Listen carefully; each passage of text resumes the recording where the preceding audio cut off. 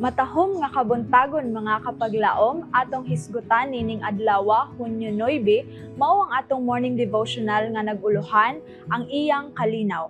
Ug ang atong teksto makita sa Marcos 4 bersikulo 39 nga nag-ingon, ang hangin milunay ug miabot ang dakong kalinaw. Niadtong 1986, ang mga arkeologo nakakaplag usa ka sakayan nga gituuhang gikan pa sa unang siglo. Kini karon gi-exhibit sa Yigal Allon Center sa Kibbutz Ginosar ug nailhan nga sakayan ni Jesus. Ako adunay pribilehiyo sa pagbisita niini nga dapit ug kini usa ka dakong kasinatian. Kini nga sakayan 27 ka peyi ang gitas-on. 7 ug tunga ka peyi ang gilapdon ug gibana-bana nga 4 ka peyi ang gilalumon. Sa pagkatinuod, dili kini dako nga sakayan. Napulo og 3 sila tanan, si Jesus ug ang iyang 12 ka tinun-an. Busa, huot na gani ang sakayan sa malinawon nga tubig. Apan sa kusog nga unos, hapit na gayud kini malunod. Handurawa ang gubot nga talan-awon. Kusog nga hangin, naghaguros nga mga balud, ang mga gamay nga sakayan napuno sa tubig. Ang tanan naning kamot aron mabuhi, gawas sa usa nga natulog. Sa unang siglo, ang dagat ug ang ubang lalom nga katubigan giisip nga mga dapit diin magpuyo ang daotan ug ang mga demonyo.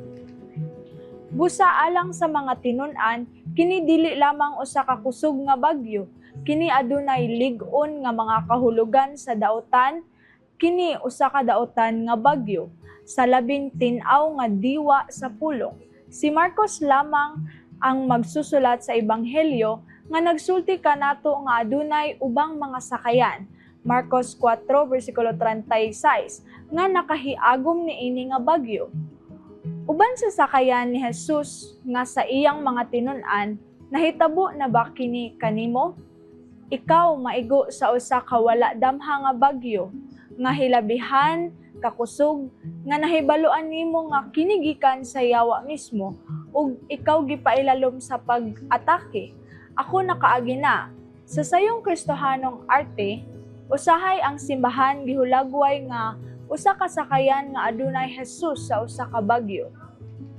Kini nga handuraw-rawon nakatabang sa unang mga Kristohanon nga gipaagian sa pagluto sa paghinumdom sa presensya ni Jesus uban kanila samtang nag-agi sa mga pagsulay ug mga kalisdanan.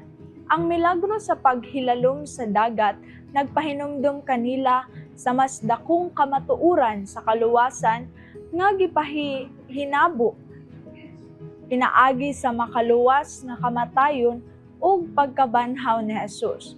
Adunay daghang mga sitwasyon sa kinabuhi nga naghulga sa atong mga hunahuna ug mga kalag, apan si Jesus anaa kanato sa sakayan.